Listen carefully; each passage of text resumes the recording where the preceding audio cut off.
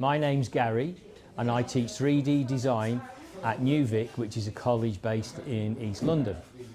I work in the Creative Arts department, and as you can see today, our 3D design students are conducting a workshop with the Pakiki Theatre, who are staging a production for the Discovery Centre and their 25th anniversary in Stratford. Hi, I'm Eve. I'm a freelance theatre designer and I've come in today to do some prop making with the students at NewVic College. So I'm hoping that they'll get a better understanding of the techniques that we use to make props, which will then they can feed into any of their own art practice. I'm hoping that the students will take home a really good understanding of how we make props in the industry, and that's something that they can apply to any kind of 3D work that might feed into their practice, but also give them a sense of what jobs and careers are available in the theatre industry. We're currently creating 7 different props for the quiz section of our show, which has meant that we've assigned a different prop to each pair of students, and it's giving them a really good sense of the kind of through line of design. So right from doing a drawing, thinking about proportions, and through to mocking up a cardboard shape, and then we're currently moving on to coating our shapes in PVA and scrim to seal the surfaces, which we will then prime and paint to create the finished objects. Hi, I'm Raywin and I'm co-director of a company called Pakiki Theatre.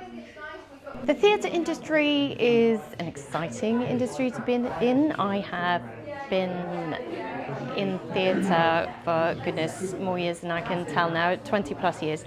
And together with a colleague about 8 years ago, we formed Pakiki Theatre. And the industry can be tough to be in, I won't lie. The arts is always difficult, but it's really rewarding, and running your own company and being able to work with members of the community as well. It's a really creative process, and it's exciting, it's challenging, and we love making theatre from scratch. So our project is part of Newham Heritage Month, and we've made a play about Discover Children's Story Centre in Stratford, as the theme of Newham Heritage Month is places and spaces. So for us as a company that specialises in making theatre for young people, Discover Children's Story Centre seemed like a natural place for us to want to celebrate. So we have created a 45-minute show that gives some of the highlights of the history and heritage of Discover and why it's important to the community.